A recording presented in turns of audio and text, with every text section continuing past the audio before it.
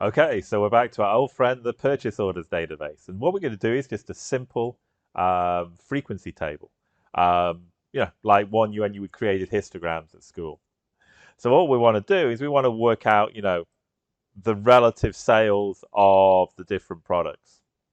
Now, of course, we could do that in a pivot table, but another way of doing that is in a frequency table. So we'll start with the frequency table. Now, the first thing we need is a list of products. So let's just get that here.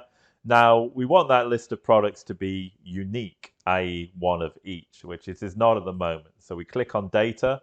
And remember, we used all the filter functionality in the last few weeks.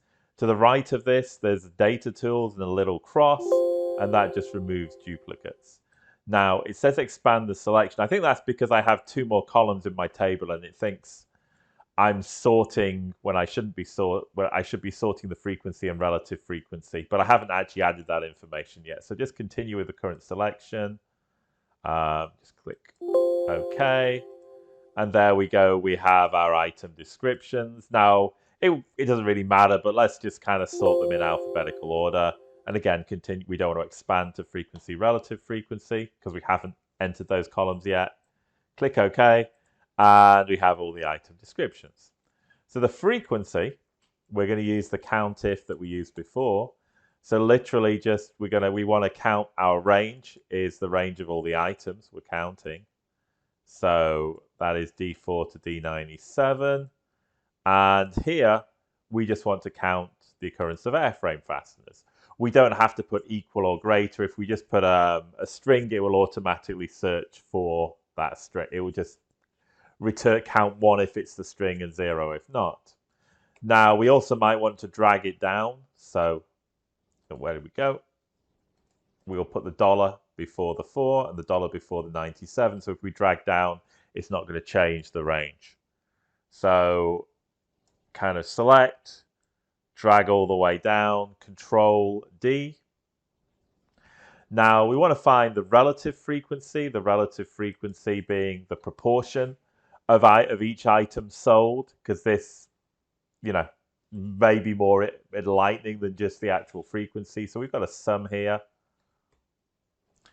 And we're going to put sum. And it actually dragged down what are the things equal to sum, but we'll just sum. So sum M4 to N16 goes in that cell. And let's just make sure that this is separate. So let's just, where are we? Yeah, let's just put some lines above. Okay, some lines below this one.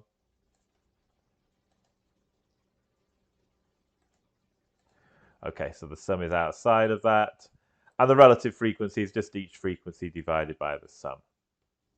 And again, we're going to drag the down. So, and the N17 is not going to change. So we just put the dollar on N17. And we get the frequencies. Now we can actually just plot this in a bar graph. So let's just select those two columns and insert. There we go. And we'll put relative frequency of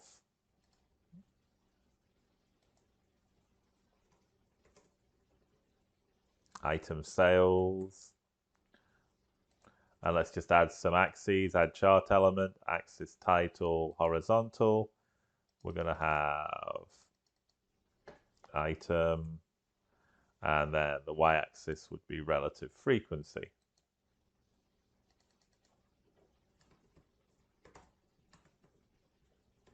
And there we have it. That's just a very simple, and again, we could do, as we'll kind of show you, we could actually do that on the, where that went.